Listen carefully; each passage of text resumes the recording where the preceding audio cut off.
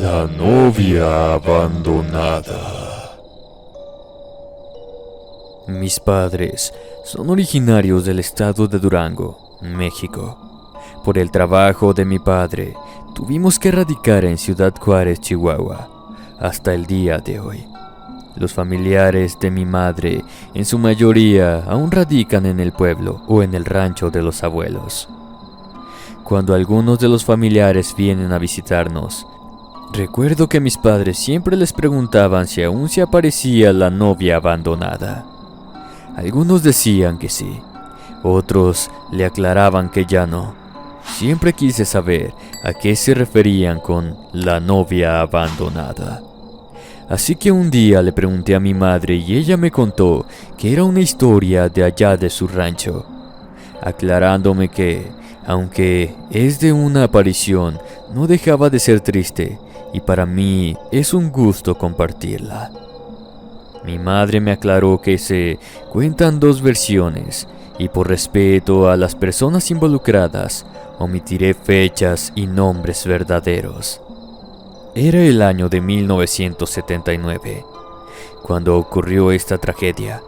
Cerca del pueblo había varias rancherías las cuales hasta el día de hoy son prósperas y no han sido abandonadas.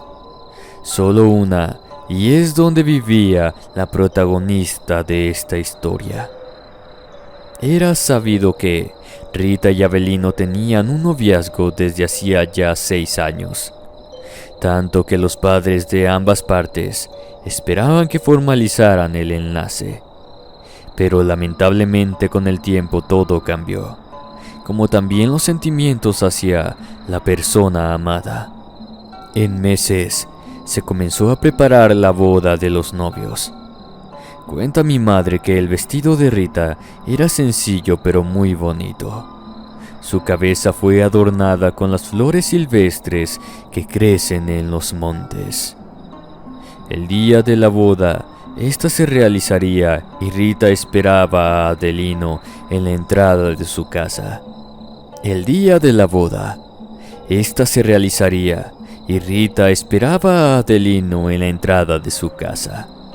Era tradición que el novio caminara delante de la novia, acompañado de los padres, y la novia detrás de él también con sus padres rumbo a la iglesia. Acontecimiento que nunca se llevó a cabo porque Adelino jamás apareció. Nunca se supo de él, a pesar de que lo buscaron por todo el pueblo y los ranchos aledaños, por los montes y los arroyos, como tampoco nunca se supo de la novia. Algunos aseguran que esa misma noche la vieron salir de la ranchería vestida con su atuendo de novia, mientras todos dormían, pasando por el pueblo y perdiéndose entre la noche. Algunos la miraron subir al cerro y tampoco regresó, pero otros dicen que por vergüenza de haber sido abandonada, vestida y plantada para casarse, sus familiares se la llevaron de allí. Algunos de los que bajan de la sierra aseguraban ver entre los pinos o en los senderos a una mujer vestida de novia y horrorizados miraban cómo ésta desaparecía ante sus miradas perplejas. Otros por los costados de los caminos, y cuando se detenían para ayudarla, mejor se retiraban del lugar, abandonándola, pues eran embargados de una tristeza que los hacía llorar. Algunos sentían pena, otros deseo de morir. Yo le pregunté a mi madre si ella la había mirado en alguna ocasión, a lo que me respondió que no, pero que mis tías y primos sí. Esta es solo una de las historias que se cuentan por la ranchería donde mis padres son originarios. Espero haya sido de su agrado.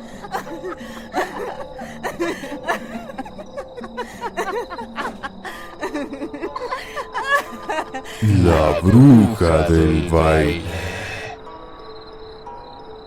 Yo era de las personas que siempre le había jugado al valentón, ya fuera con conocidos o extraños, como también burlarme de las creencias de las personas. Mi abuelo Chito como le decíamos todos en la casa, una vez me dijo: uno de estos días te van a dar una lección, que ni con chocolate caliente se te va a quitar el susto que te vas a llevar. Yo solo me reía de lo que me decía y seguía con lo mío. Mi nombre es Alberto Díaz y esta es mi experiencia con una bruja. Como te digo, yo era muy petulante, pero eso cambió, créanmelo. El rancho de mis primos, los días de San Juan, siempre hacían bailes, ya sea con tambora o con algún conjunto musical norteño, ya que era el onomatisco de mi tío. Ese año acompañé a mi madre y a mis hermanas, pues como ya sabían cómo era yo, aparte que mi tío Juan no me quería ver parado por aquellos rumbos, para no echarle la fiesta al pozo, decía. Ya entrada en apogeo en el baile, entre los invitados miré a una joven, la cual me sonreía muy coqueta. Yo me apresuré a llegar con ella. Les juro que en ningún momento la perdí de vista como para que ella ya estuviera en la salida del baile. La miré encaminarse hasta los huertos de mi tío. Yo me fui detrás de ella. La música se escuchaba a lo lejos, pero por un momento ya no se oía más. Fue cuando las piernas ya no me permitían dar paso ni para adelante ni para atrás. Cuando comencé a sentir mucho miedo porque no se miraba nada. Donde se suponía que estaba la luna y las estrellas, había solo oscuridad. Era como si la misma noche me hubiera tragado. Aún así, aunque todo estuviera en completa oscuridad, la silueta de una mujer la podía sentir frente a mí. Su olor era desagradable. Olía a rancio. Casi vomito al momento que abrió su boca. El olor de sus dientes podridos emanaba de ella. Eso era en verdad asqueroso. Cerca o lejos escuchaba las carcajadas de la mujer, pero no lograba ver a nada ni a nadie. Así estuve por horas. Por el miedo que tenía me senté y me puse a llorar. Antes de perder el conocimiento recuerdo que me dijo: ¿te gusta jugarle al valiente? Pues yo te lo voy a quitar. Ya por la mañana desperté y fue ahí donde me percaté que no estaba muy adentro de la huerta. Le conté a mi madre, pero ella solo me miraba. En cambio los demás solo reían y me decían que estaba loco. Por varias noches tuve pesadillas y miraba a aquella mujer llevándome hasta el huerto. Pero también miraba a otra persona a la cual no distinguía, ambas riéndose de mí. Por muchos meses mi madre me llevó con una curandera para que me quitara el susto. Ya nunca volví al rancho de los primos, no tanto por lo ocurrido, sino porque mi madre me dijo que un tiempo después de haberme curado, lo que me dijo me cayó como balde de agua helada. Aquella mujer que me llevó al huerto era una bruja. La esposa del tío Juan me mandó a hacer un trabajo con ella para que me diera el susto de mi vida y me diera una buena lección. A raíz de lo sucedido, jamás volví a ser el mismo.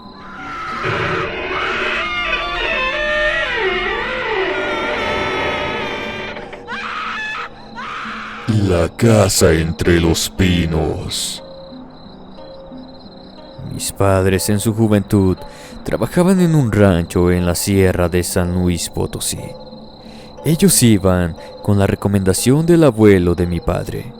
Trabajarían solo en las temporadas de otoño y el invierno era cuando los dueños se iban a la ciudad porque el frío en ese lado de la sierra agravaba más la artritis de la señora Irma, la esposa del dueño del rancho.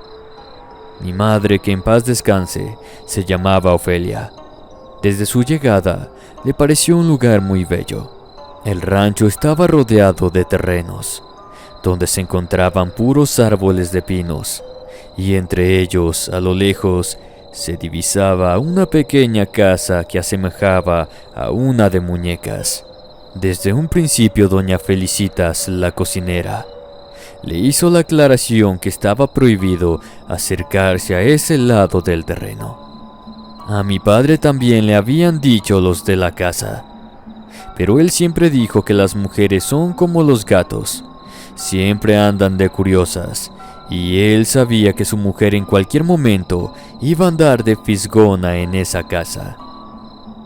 Para los días de Navidad, doña Felicita mandó a mi madre a que fuera a recoger algunas piñas que caían de los pinos, porque iban a pasar por ellos. Los patrones las habían mandado pedir. Antes de salir mi madre de la casa, doña Felicitas le recordó que no se acercara a la casa, que ella ya estaba al tanto de cuál se trataba.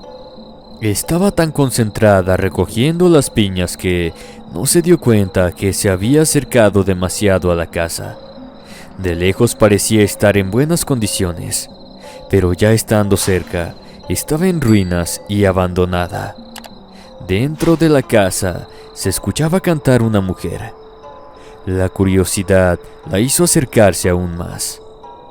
Los vidrios estaban sucios y era poca la visibilidad del interior.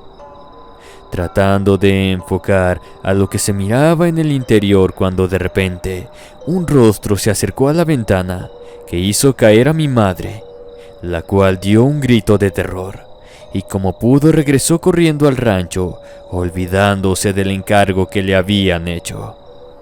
Al llegar al interior de la cocina, doña Felicitas, al verla supo que había desobedecido a la orden que le habían dado.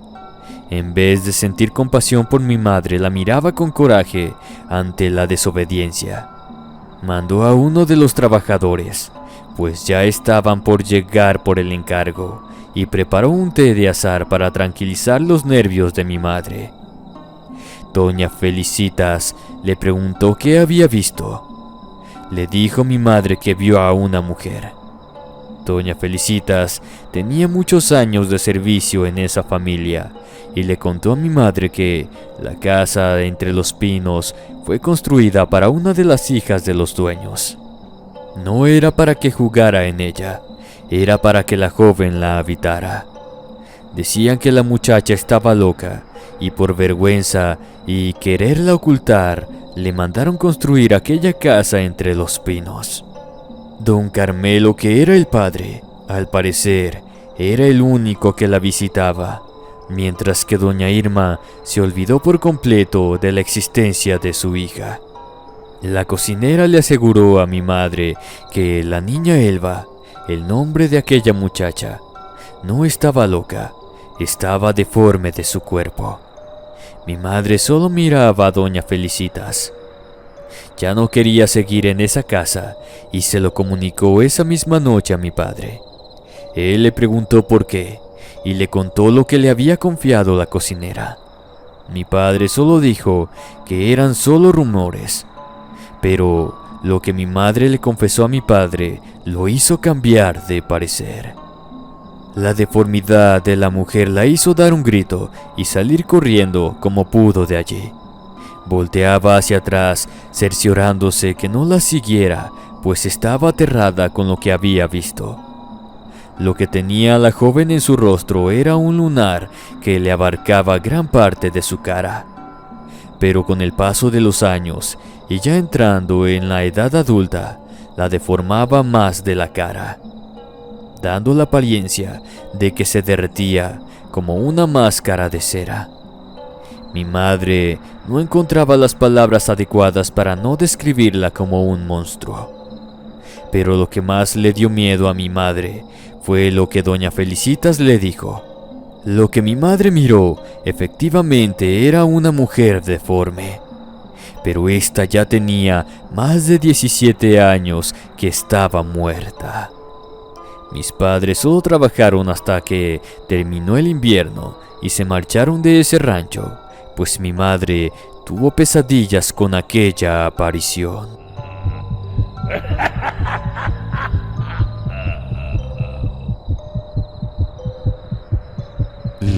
Huerta de las Ánimas. Muy buenas noches, mi nombre es Arturo Espinosa. Yo nunca había tenido alguna experiencia con apariciones y esas cosas. Siempre me ha gustado el visitar los campos, bosques y todo lo que tenga que ver con la naturaleza, pues crecí en un rancho a las afueras de Hermosillo, Sonora. Aquí en este estado, el cultivo de cítricos es de lo más sabroso. Mi cuñado Carlos compró un rancho con una gran huerta de mandarinas, naranjas y otro tipo de árboles frutales. Como buenos sonorenses, el festejo en la familia no se hizo esperar. Aquellos huertos se miraban cargados de buenos cítricos, y yo no me aguantaba para entrar a comer de la fruta del este. Todo se escuchaba alrededor de las conversaciones, la música, pero estando dentro del huerto, todo estaba en completo silencio. Ni el canto de las aves ni nada se escuchaba. Lo más extraño era que sentía que algo o alguien estaba cerca de donde yo me encontraba. Comencé a mirar a todas partes, pero ahí no se encontraba nadie, solo yo. Por un momento comencé a sentir una gran tristeza que mejor decidí regresar al convivio. Pero antes de salir de ahí, me llevé el susto de mi vida. Al entrar, los árboles frutales se miraban sombras pasar, algunas desapareciendo entre los árboles, otras observándome sin ocultarse de mi presencia. Sentí un dolor en mi estómago ante lo que estaba mirando. Como te dije en un inicio, jamás había visto fantasmas ni nada parecido. Traté de salir lo más rápido que mis piernas me permitían, pues sentía que se negaban a dar paso alguno. La sensación de miedo iba creciendo al punto que por todos lados miraba a aquellos fantasmas. No sé qué cara tendría cuando llegué al lado de mi hermana, pero por su reacción rápida supe que ya sabía lo que había visto. Me jaló y me sentó en un tronco para que nadie nos escuchara. Cuando le platiqué a mi hermana lo sucedido, ella muy seria me comentó que jamás ha visto o escuchado algo estando allí, pero ya varias personas le han dicho lo mismo que yo. Ella me comenzó a relatar que cuando su esposo compró el rancho, los trabajadores le hicieron saber que nadie iba a trabajar en las huertas de los cítricos, pues aseguraban que ahí espantaban. Carlos, como gente de campo igual que uno, conoce de las tradiciones y creencias de las personas. Así que fue a buscar a un sacerdote para que bendijera los huertos.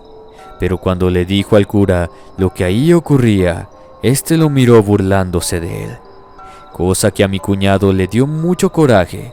Sacó dinero de su cartera y le pagó al cura por sus servicios.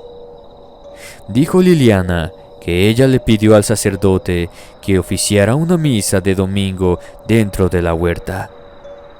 Esto para que le rezara a las ánimas que allí se encontraban. Pero ni aún así, como te digo, el sacerdote se burló de que creyeran en los espantos. Le prometí a mi hermana que yo llevaría a un sacerdote amigo mío para que bendijera el lugar, pero también le pedí que me contara el motivo de por qué se aparecían ahí. Liliana, mi hermana, me contó que algunos de los pocos trabajadores que se quedaron a trabajar allí contaban que hacía ya muchas décadas llegaban a trabajar personas de varios estados. Muchos llegaban enfermos y allí fallecían. Otros por diferentes motivos morían, pero el que más le impactó a mi hermana es que le dijeron que varios se ahorcaron en los huertos, que eran almas en pena que buscaban su descanso eterno. Esa misma semana fui a hablar con un sacerdote de la iglesia de la colonia donde yo vivo. Al contarle lo sucedido, este se molestó, y no por lo de las almas que están penando en el huerto del rancho de mis familiares, sino por la actitud del clérigo, pues las almas en pena no se les debe negar misa para su eterno descanso, luz para que sigan su camino al perdón. Ese mismo fin de semana el sacerdote ofició misa dentro de los huertos, pero eso no quería decir que las almas en pena se fueran, ya que algunas siguen ahí, quizás se niegan a irse.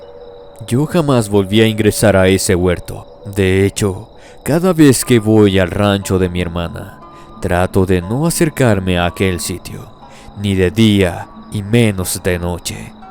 Nadie entra a ese huerto ni siquiera a robar una naranja o una mandarina, por el miedo de que los espanten los que allí moran. Han pasado 2 años desde aquello. Aún así, el miedo a la huerta no se me ha quitado.